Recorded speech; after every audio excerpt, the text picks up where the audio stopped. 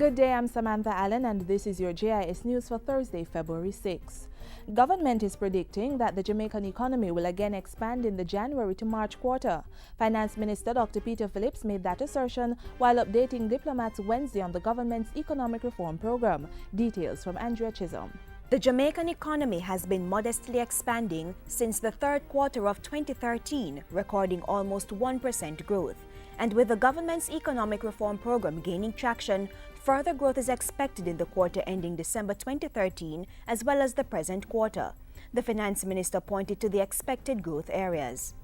Expansion in agriculture,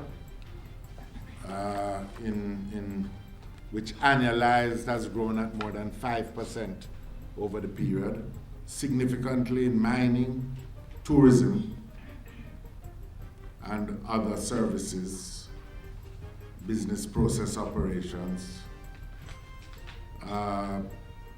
for the most part, and construction. Dr. Phillips added that even though the growth target for the four-year program with the IMF was 2%, the goal was to overshoot that target. This will be possible through major growth projects such as the Logistics Hub Initiative, expansion of the North-South Highway Link, tourism, and the Agri-Parks project. For the Integrated Resorts project, which includes casino gambling, 4 proposals are being evaluated and the preferred bidder is expected to be announced by this summer. For JIS News, I'm Andrea Chisholm. More than 100 persons have been arrested under the Law Reform Fraudulent Transactions Special Provisions Act. The legislation, which was passed in March 2013, seeks to clamp down on those involved in the lottery scam.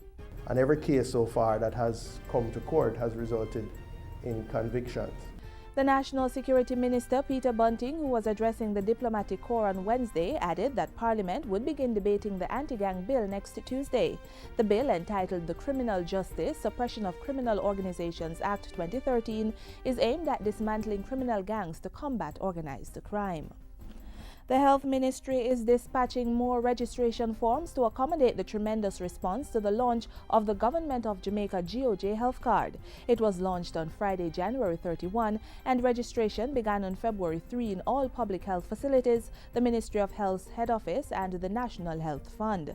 The ministry says most of the 30,000 forms distributed on day 1 of the process were utilized. Additional forms continue to be distributed on a daily basis to the regional health authorities. Completed forms are to be submitted to any public health facility, the Ministry of Health, any office of the regional health authority, as well as the NHF head office and its help desks. The use of the card will begin in all public health facilities on March 3, 2014. As part of efforts to develop a first world health service, the Health Ministry is taking steps to establish a comprehensive customer care policy for all its institutions. After dealing with infrastructure, dealing with the human resource side in terms of our professionals, doing the best surgery, having the best hands, if we fail to produce persons who take seriously how we treat our clients or patients, then everything we do go to naught.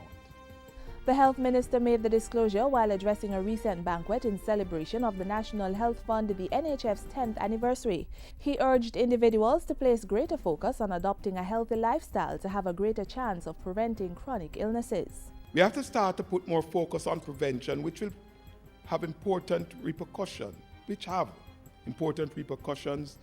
for the health bill and for the general well-being and productivity of the population. It is cheaper to maintain health than to treat persons for their lifetime, especially when they have to seek hospital care.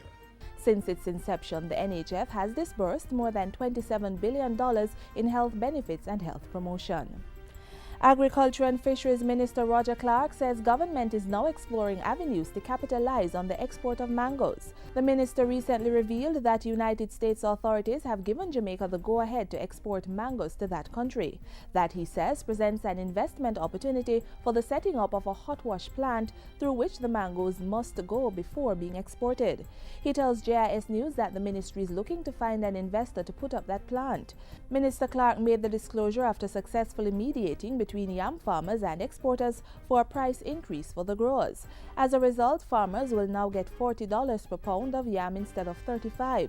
The new agreement was brokered during a meeting at the Agriculture Ministry last week. Minister Clarke reiterated the need for more value-added products to come from the sector, saying that could result in increased earnings for the farmers. Over 10,000 residents in Anchovy St. James now have increased access to computer-related services following the official opening of the Lethe Primary Technology Center. The facility, which is located at the Lethe Primary School, is equipped with about 16 computers, desks, chairs and printers to be used by students and community members. The project, which costs over $3 million, was funded by the Universal Service Fund. Technology Minister Philip Paulwell says the aim was to give residents increased access to internet and other computer-related services to boost the knowledge and employment. This is where the new jobs will come from. This is where the world is going, and it provides for Jamaica a tremendous opportunity to, rather from coming from behind, for us to lead. But you need to have the human resources. Minister Paulwell adds that the Universal Service Fund will pay the full internet fee for the first year of operations at the Technology Center. Labour and Social Security Minister Derek Kelly has urged the users of the center to take care of the equipment.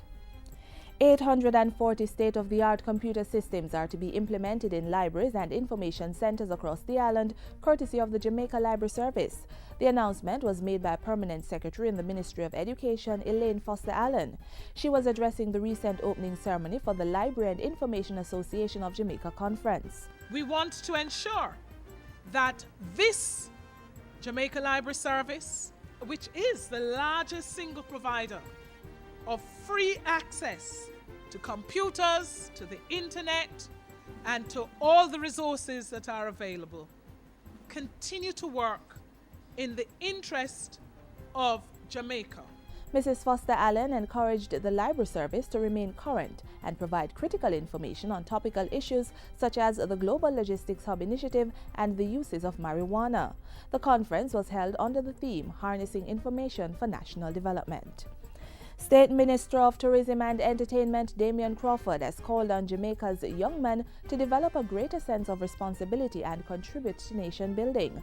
The minister was speaking at the annual Boys' Day at the Jose Marti Technical High School recently. While acknowledging that men are the major perpetrators of crime in society, he challenged the young men to become positive agents of change. Primary make two reasons. All on have potential. All on have great potential. But potential by itself is nothing.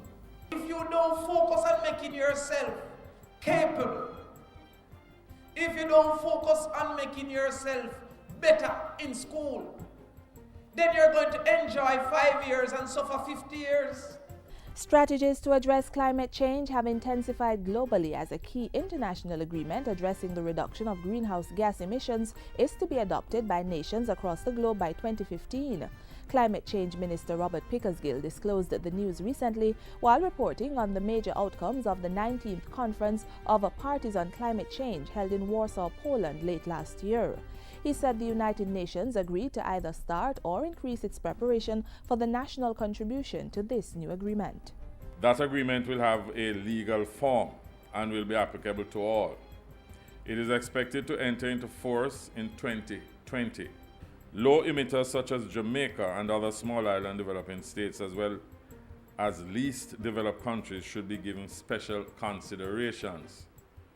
Parties also agreed to submit by the first quarter of 2015 clear and transparent plans for reducing their emissions.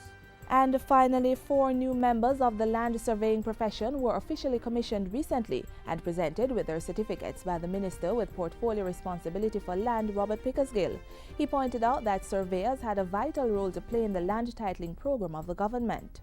It is you who provide the measurements and the objective information related to surveying, mapping, and cartography to help to decide the size and configuration of a parcel of land, whether the owner or intended owner is an individual, a group of persons, a company, an organization, or the state.